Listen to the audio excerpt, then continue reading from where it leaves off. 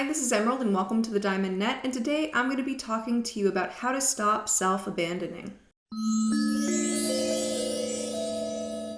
Alright, so this video is all about how to stop self-abandoning. And so what is self-abandonment in the first place? So self-abandonment is when we tune out from and ignore our own feelings, needs, boundaries, and vulnerabilities. And in these circumstances, we leave ourselves in the lurch and we throw ourselves under the bus. And this self-abandonment tendency can come up as self-neglect, self-sacrifice, or even cruelty toward yourself. And self-abandonment oftentimes comes up because we're trying to preserve some kind of social connection or a sense of belonging with another person or a group of people. In fact, Gabor Mate has a great quote where he says something to the nature of human beings have two main needs. One of those needs is for authenticity and the other is for attachment. And if we have to choose between one or the other, we're going to choose attachment every single time. And the reason why this is because attachment and connection with other people is how we've historically gotten our needs met since the beginning of humankind.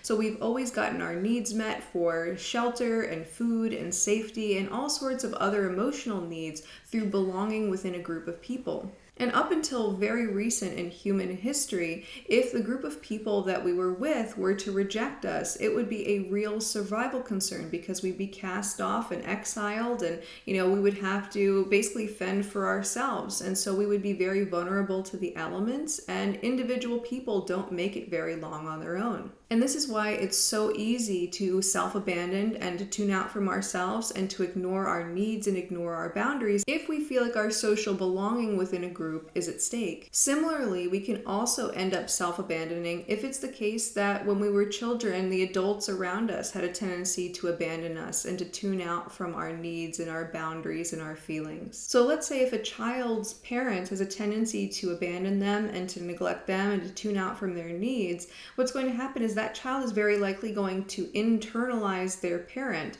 and they're going to start treating themselves like their parent did, so that internally you have this dynamic between, like, let's say the child that needs things from the parent and the parent that's tuned out from the needs of the child. And again, this dynamic is going on internally between different aspects of oneself. And when we think about repression, when we push parts of ourself away into the shadow, that is a pretty intense self-abandonment in and of itself, because it's when our conscious personality becomes totally disconnected from and unaware of certain aspects of ourselves and their needs and their boundaries and their vulnerabilities and feelings. All of that ends up in the unconscious. So of course, that is a self-abandonment in itself. And of course, if we're unconscious to our needs and boundaries, we're not going to be able to actually self-advocate for those needs or self-advocate for those boundaries, which is going to leave us in the lurch, and we're not going to be able to protect ourselves and to meet our needs. Now, I'm going to give you some examples of how self-abandonment can manifest, but this is by no means an exhaustive list. So one example would be like if we say yes to something when we really want to say no. Like maybe somebody asks us to do something for them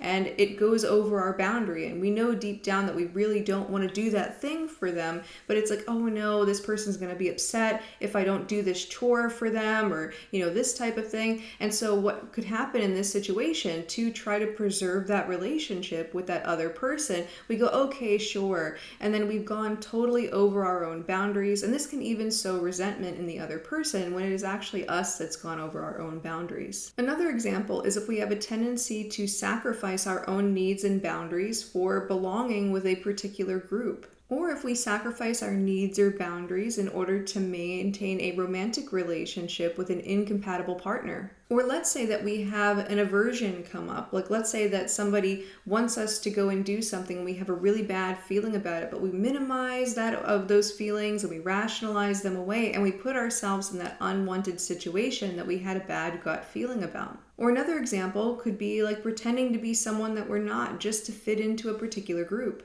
All of these are examples of self-abandonment. Now, before we get into the solutions for self-abandonment, I first want to give you a few litmus tests first that you can use to see how much you're self-abandoning. And these litmus tests all involve imagining yourself as two beings in one, where you imagine yourself as the one that makes the executive decisions and the one that's the receiver of those decisions. And so I'll go into the first example now. So the first example is to imagine yourself as a vulnerable bunny rabbit and the person who cares for that vulnerable bunny rabbit. So you are both these creatures in one. And this litmus test is really good for seeing how well we're caring for our own feelings and vulnerabilities. So is it the case that we care for and nurture our bunny rabbit and we make sure that no harm comes to it? Or do we find ourselves sacrificing our bunny rabbit's vulnerabilities, leaving it out there in the elements? Let's say maybe throwing our bunny rabbit under the bus to take care of other people's bunny rabbits. One example can be if we're totally going over our boundaries and making ourselves feel really vulnerable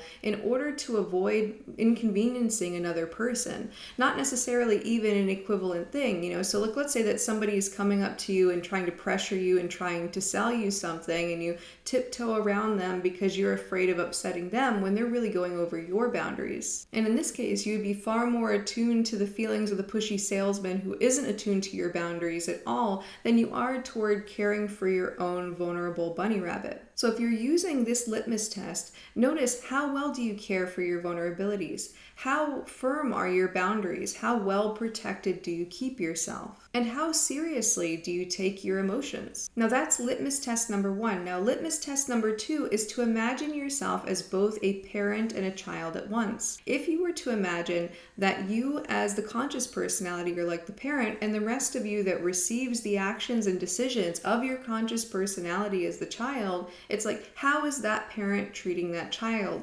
Like if you saw a parent treating their child in the way that you treat yourself, how would you feel about that parent's parenting skills? For example, if you have a tendency to talk to yourself very negatively and be like, oh, you're worthless or you're stupid, imagine like somebody's parent, like a child's parent was telling them that. How would you feel about how that parent is doing at parenting that child? And oftentimes we can rationalize this away and say, oh, well, it's just me, it's no big deal, it's toward myself, it's not toward anyone else. But if you really imagine it as there's a parent speaking that way to a child, you can really see how you might be abandoning yourself, how you might be having a tendency to be very cruel to yourself when you're not acting that way toward other people. So that's the second litmus test. Now the third litmus test is if you were to imagine that you're two beings in one again and you are two friends hanging out together. And so it's like two different people, peers, and it's like, how are you treating yourself? Like if you were to treat a friend in the way that you treat yourself, how would that friend feel about you? Would that friend still want to be your friend? Would that friend trust you at all? So if you're always betraying your friend and prioritizing other friends over that friend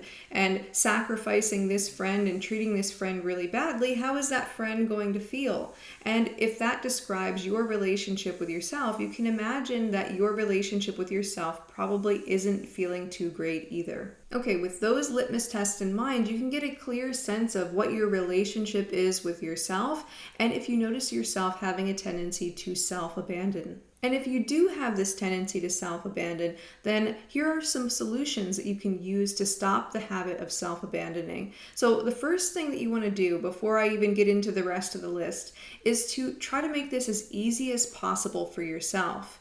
Like I said, a lot of times self-abandonment could come up because we're trying to fit in or belong with other people and we feel like we have to actually sacrifice ourselves and throw ourselves under the bus to make those relationships work. And the way to make it a lot easier for yourself is to actually find a group of people who really gets you, who really understands you, and who is really accepting of you just exactly as you are. And you really only need a few friends that are in this category so that you feel like you can meet those needs. And that way, if you fully show up as yourself and you don't self-abandon, and let's say that your worst fear comes to fruition, that everybody just leaves you behind, then it's the case that you have those friends who have already seen you for who you are, and you know that you're going to have that social safety net. And so that goes back to that quote from Gabor Mate, where if you have to choose between authenticity and attachment, you will choose attachment. So make sure that you have people to attach to who really get you, who really accept you exactly as you are, that you don't have to bend yourself out of shape to fit in with. And if you don't have that, it's going to be very, very, very difficult for you to actually choose yourself and to stop abandoning yourself. Now, once you have that first matter of business taken care of, where you have a few friends who can really understand you and accept you as you are, what you want to do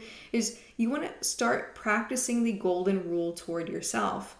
oftentimes what'll happen, and this isn't true for everyone, of course, is that oftentimes we can treat ourselves a lot worse than we would actually treat other people. So we might be extra kind and pleasant to others, but then when it comes to how we treat ourselves, oftentimes we can be quite cruel and vicious. And so what the golden rule is basically to do unto others as you would want them to do unto you. Now, to flip that around, I would say that if you have a tendency to be very kind to others and have a tendency to really consider other people's boundaries, if that's the type of person you are, you want to flip that around and you want to go, I need to do unto myself as I would do unto others. And so going back to those litmus tests where you are imagining yourself as the bunny rabbit and the carer for the bunny rabbit and the parent and the child and the two friends, like if you think about yourself as trying to operate through the golden rule, consider it's like, okay, how am I treating myself? If there were another person involved or another being involved and I were treating that other person or being the way that I treat myself,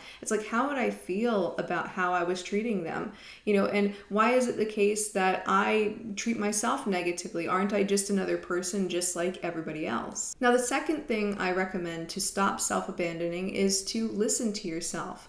Really attune to yourself. Oftentimes, our needs and boundaries aren't the most obvious things to us. Sometimes we can have needs and boundaries that we're insulated from and that are kind of buried in the unconscious a little bit, or things that we might have different values that go in opposition to. And so we want to really notice where we feel those senses of our gut telling us ooh, I don't want this, or we feel an aversion in a certain direction that tells us what we don't want. And it's in knowing what we don't want that we can keep ourselves safe and we can protect those boundaries and we can avoid putting ourselves out there and kind of leaving ourselves in the lurch without any sense of boundaries or protection. Now, to dovetail off of this point around listening to yourself, another big part of this is to not railroad over your own boundaries. So if you notice yourself having an aversion to something or running into a roadblock and you just don't feel too comfortable, don't try to, sort of force yourself over that boundary of yours to try to say, oh, I need to overcome this.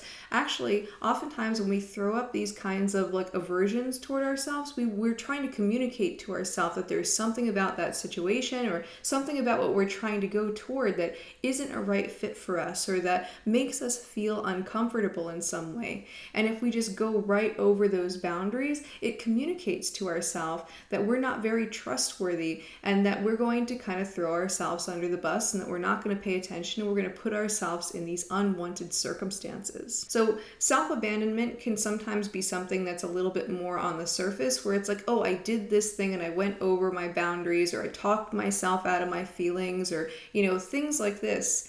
But whenever we push parts of ourselves away into the shadow, we essentially have to fragment them off from the rest of our personality. So we become totally disconnected from and totally unattuned to the needs, boundaries, wants, and wisdom of these parts of ourselves. And so what ends up happening is that we very often end up railroading right over these aspects, boundaries, and the shadow is such that nothing gets out and nothing gets in. So there's no communication that's happening there between the conscious personality and the aspect that's been made unconscious. Now with these other forms of self-abandonment, oftentimes it's oh, I didn't listen to myself, the message came up, but I decided to rationalize it away and didn't hear it. These other ones are more like things that are truly underneath the surface of consciousness. And so in many ways, we will tend to self-abandon just on the basis of having aspects of ourself that are so disconnected from ourselves and pushed away into the unconscious. And so engaging in shadow work is an absolute must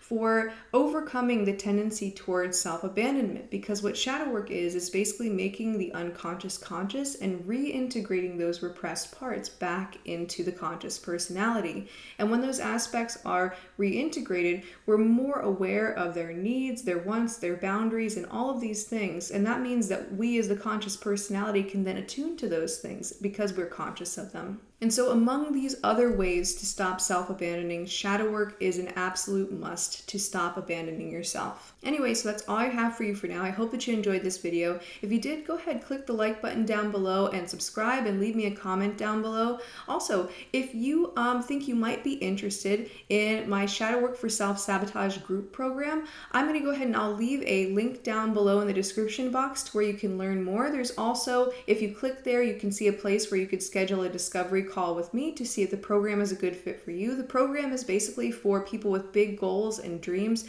who tend to self-sabotage and stand in their own way and who want to use shadow work to resolve those issues at the roots. So if that's something that you think you might be interested in, go ahead and click that link in the description box. And also, if you would like to learn more about the shadow, go ahead and click this link right here. And until next time, keep becoming more you.